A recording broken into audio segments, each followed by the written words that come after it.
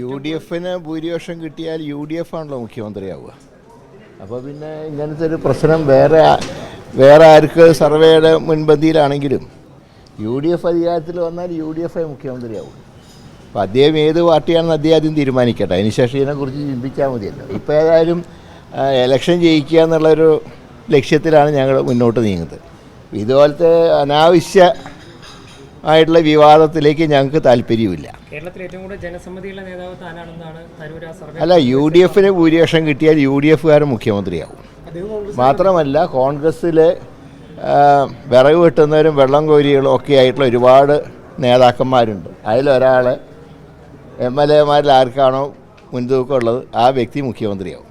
അപ്പോൾ അതുകൊണ്ട് ഇപ്പം അതിനെക്കുറിച്ച് വേറെ ആര് സർവേ നടത്തിയാലും ഞങ്ങളെ സംബന്ധിച്ച് ഇങ്ങനെ ഞങ്ങൾക്ക് പാർട്ടിക്ക് ചില ചട്ടക്കൂടുണ്ട്, അതനുസരിച്ച് കാര്യം നടക്കും. എന്താ അത്? അടിയന്തരാവസ്ഥയെക്കുറിച്ച് ഒരു ചർച്ചയ്ക്ക് ഇപ്പോൾ പ്രസക്തിയില്ല. കാരണം അടിയന്തരാവസ്ഥ പ്രഖ്യാപിക്കാനിടയായ സാഹചര്യങ്ങൾ ചർച്ച ചെയ്യണമെന്ന അഭിപ്രായക്കാരാണ് ഞങ്ങളൊക്കെ. അതുകൊണ്ട് അടിയന്തരാവസ്ഥയിൽ തെറ്റുണ്ടെങ്കിൽ അടിയന്തരാവസ്ഥയിൽ കേരളത്തിൽ അത് ബാധിച്ചിട്ടില്ല. അടിയന്തരാവസ്ഥയിലെ കാര്യങ്ങൾ ഭംഗിയായി കാര്യങ്ങൾ നടത്തിയ സംസ്ഥാനങ്ങളിലൊക്കെ കോൺഗ്രസ് ജയിച്ചിട്ടുണ്ട്. കേരളത്തിൽ അന്നാണ് ഹയസ്റ്റ് മെജോറിറ്റി എന്ന് കോൺഗ്രസ് ഉൾപ്പെട്ട സഖ്യത്തിന് കിട്ടിയത്. അസംബ്ലിയിൽ 140-ൽ 111 സീറ്റും ലോക്സഭയിൽ എല്ലാ സീറ്റുകളും ആ സഖ്യം എന്ന് തൂത്തുവാരി. ആന്ധ്രയിൽ 41 സീറ്റുകളിൽ 40 സീറ്റിലും കോൺഗ്രസ് ജയിച്ചു. കർണാടകത്തിൽ 28 സീറ്റിൽ 26 കോൺഗ്രസ് ജയിച്ചു. നന്നായിട്ട് അടിയന്തരാവസ്ഥ കാലത്ത് കാര്യങ്ങൾ നടത്തിയ സ്റ്റേറ്റിലൊക്കെ കോൺഗ്രസ് ജയിച്ചിട്ടുണ്ട്. അത് പാളിപ്പോയ സ്റ്റേറ്റുകൾ തോറ്റു. അത് ഇന്ദിരാഗാന്ധി തന്നെ ആ കാര്യങ്ങൾ പറഞ്ഞിട്ടുണ്ട്. എന്തുകൊണ്ട് അടിയന്തരാവസ്ഥ പ്രഖ്യാപിച്ചു എന്നുള്ളതിനെക്കുറിച്ച് ഇന്ദിരാഗാന്ധി തന്നെ വളരെ വിശദീകരിച്ചിട്ടുണ്ട്. ആ ചാപ്റ്റർ ഞങ്ങൾ അന്ന് തന്നെ ക്ലോസ് ചെയ്തു.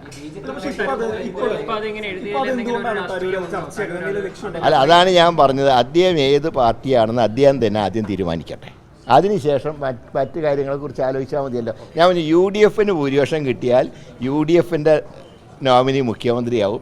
അത് കേരളത്തിൽ 24 മണിക്കൂറും പ്രവർത്തിക്കുന്ന ഒരുപാട് നേതാക്കന്മാർ യു ഡി എഫിലുണ്ട്. കോൺഗ്രസ്സിന് വേണ്ടി വിറക് വെട്ടുന്നവരും വെള്ളം കോരികളുമായിട്ടുള്ള ഒരുപാട് നേതാക്കന്മാരുണ്ട്. അതിലൊരാൾ മുഖ്യമന്ത്രിയാവും. അല്ല, അദ്ദേഹം ലോകം മുഴുവൻ നിറഞ്ഞു നിൽക്കുകയാണ്. നമുക്ക് ആവശ്യം കേരളത്തിൻ്റെ കാര്യങ്ങൾ അറിയുന്ന ആളാണ്. കേരളത്തിൻ്റെ 4 ചുമരുകൾക്കുണ്ട്. അല്ല, വിശ്വത്തിൻ്റെ കാര്യം നോക്കട്ടെ, നമുക്ക് കേരളത്തിൻ്റെ കാര്യം നോക്കിയാൽ